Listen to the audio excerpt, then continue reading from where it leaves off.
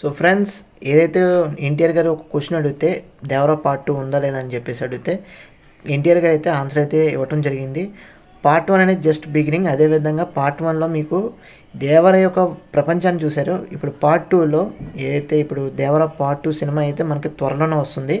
అందులో మీరు వాలా క్యారెక్టర్ గురించి తెలుసుకోవచ్చు. అదేవిధంగా దేవరకి ఏం జరిగిందో కంప్లీట్గా అవన్నీ కూడా ఏవైతే ట్రూ ఫ్యాక్ట్స్ ఏవైతే ఉన్నాయో అవన్నీ కూడా మీకు పార్ట్ 2లో అయితే వరుస పెట్టి చూపిస్తాము.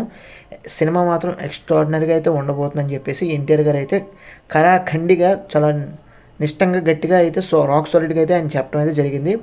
సో దేవరా ఫ్యాన్స్ ఎవరైనా ఉంటే, ఎన్టీఆర్ గారి ఫ్యాన్స్ ఎవరైనా ఉంటే రాసి పెట్టుకోండి. దేవరా 2 అనేది one of the blockbuster అవ్వబోతుంది పాన్ ఇండియా సినిమాలో. సో రెడీ పెట్టుకోండి. అదేవిధంగా ఓవర్సీస్లో కూడా, అదేవిధంగా జపాన్లో కానీ ఇంకేదైనా స్టేట్స్లో కానీ కంట్రీస్లో కానీ డెఫినెట్గా సినిమా అయితే మాత్రం ప్రమోషన్స్లో కానీ, సినిమా రిలీజ్ అయిన కలెక్షన్స్ పట్ల కానీ, టికెట్స్ సోల్డ్స్ యొక్క కలెక్షన్స్ పట్ల కానీ దేవరా అనేది ఒక రికార్డ్ని అయితే క్రియేట్ చేయబోతుంది త్వరలో.